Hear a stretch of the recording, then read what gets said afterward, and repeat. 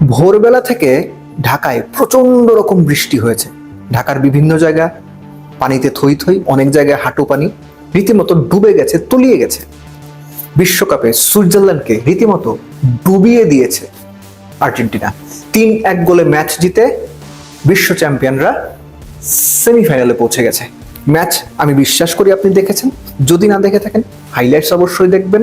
এবং স্পেসিফিক্যালি আর্জেন্টিনার দ্বিতীয় গোলটা, ইউলিয়ান আলভারেজের গোলটা, অবশ্যই রিপ্লেটা আপনি দেখবেন, আপনার মনে থাকবে অনেকদিন।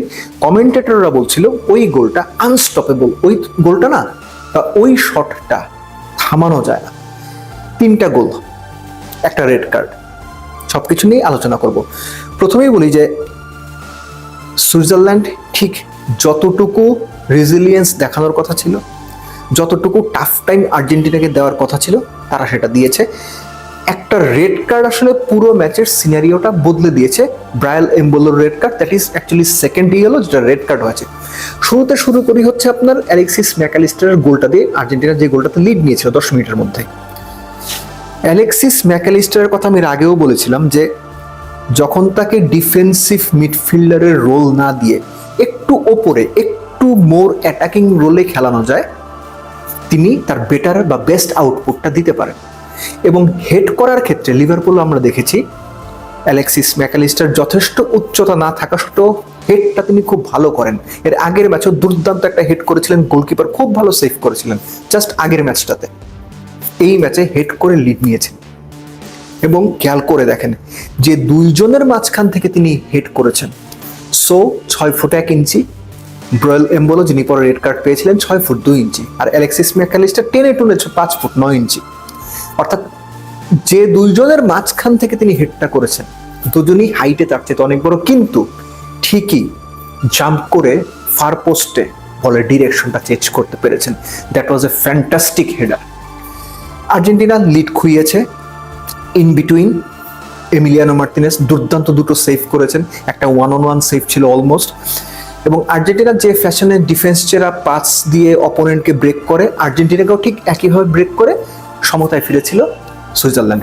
এরপর হচ্ছে রেড কার্ডের যে বিষয়টা, ব্রায়ান এমবোলোর রেড কার্ডটা প্রাথমিকভাবে ফাউল মনে হয়েছিল, কিন্তু পরবর্তীতে এটা নিয়ে আলোচনা, তর্ক বিতর্ক সবসময় যেমন হয় সেটা হতে পারে।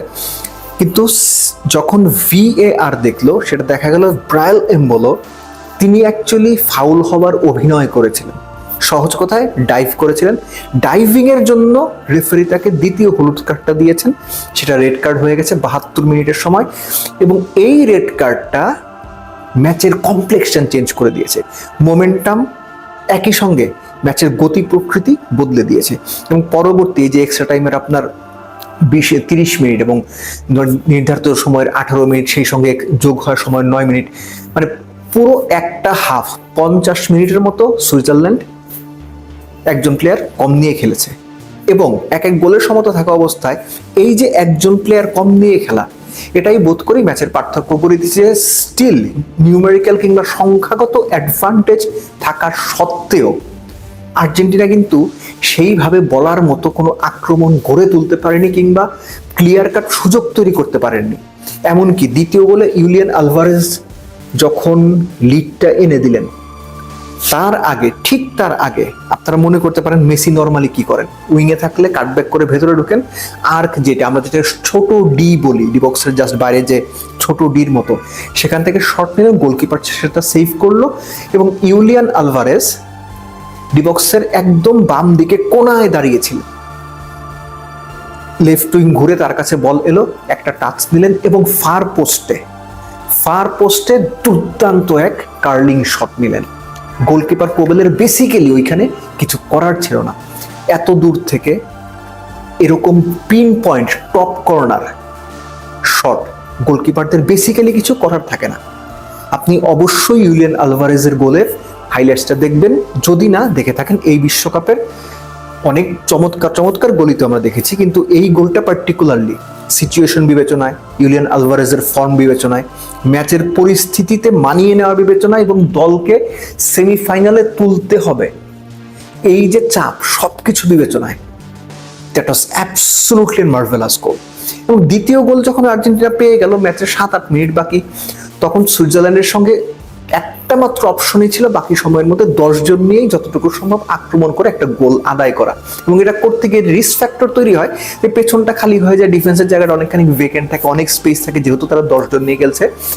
আর্জেন্টিনা কাউন্টার অ্যাটাকে সুযোগ পেয়ে লাউতারো মার্টিনেজ তিনি গোল করে পুরো ম্যাচটা সিল্ড অফ করে দিলেন। অর্থাৎ আর্জেন্টিনা সেমিফাইনালে পৌঁছে গেল, তাদের প্রতিপক্ষ এখন ইংল্যান্ড। আর ইংল্যান্ড আর্জেন্টিনা বিশ্বকাপে যে কোনো পর্যায়ের ম্যাচ হোক, সেটা সেমিফাইনাল হলে তো আরো বেশি একটা আলাদা গুরুত্ব বহন করে। সেই hand of God, goal of the century, Falkland War, সবকিছু মিলে আর্জেন্টিনা ইংল্যান্ড সেমিফাইনাল মানেই ফুটবলের বাইরেও আরো অনেক কিছু দুই দলের সমর্থক এবং প্লেয়ারদের উপর একটা মনস্তাত্ত্বিক আবহ কিংবা চাপ অনেক ক্ষেত্রে তৈরি করে। বাট দেন এগেইন সুইজারল্যান্ড 10 জন নিয়েও দারুণ ধৈর্যের পরিচয় দিয়েছে, আর্জেন্টিনাকে ঠেকিয়ে রাখার জন্য সম্ভাব্য সবকিছু করেছে। ওই যে দিন শেষে চ্যাম্পিয়ন্স ফাইন্ড দেয়ার ওয়ে, অথবা টপ প্লেয়ার্স ফাইন্ড দেয়ার ওয়ে, ঠিক একইভাবে আর্জেন্টিনা এবং তাদের টপ প্লেয়াররা সময় মতো ঠিকই জায়গাটা বের করে নিয়েছে এবং দুর্দান্তভাবে 3-1 গোলে ম্যাচ জিতে সেমিফাইনালে পৌঁছে গেছে। কংগ্রেচুলেশন।